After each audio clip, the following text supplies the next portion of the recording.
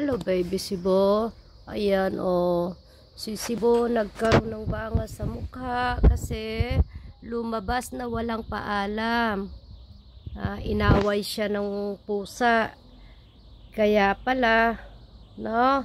May naghabulan. Akala ko kung sino. Kasi nakalimutan ni mama na isara yung terrace ni tita at tito. Yon, lumabas siya. Kaya yan, no?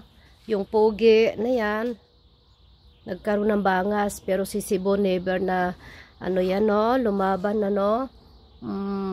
Kaya guys, nung nakita ko talaga yung pusa sa labas, talagang hinabol ko, eh. Tamo nga, nagkaroon ng si Sibo. Kay gwapo-gwapo, eh.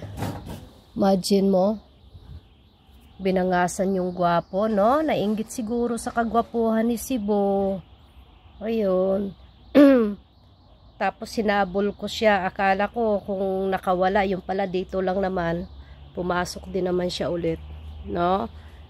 Pero si Sibo, hindi naman makakawala ito. Kasi kahit na mawala, mayroon chip si Sibo, di ba? No, bebe, no? Wawa yan. Wawa. Kawawa ang Sibo namin. Uwi kami bukas ng Sweden. Bye-bye mga karels.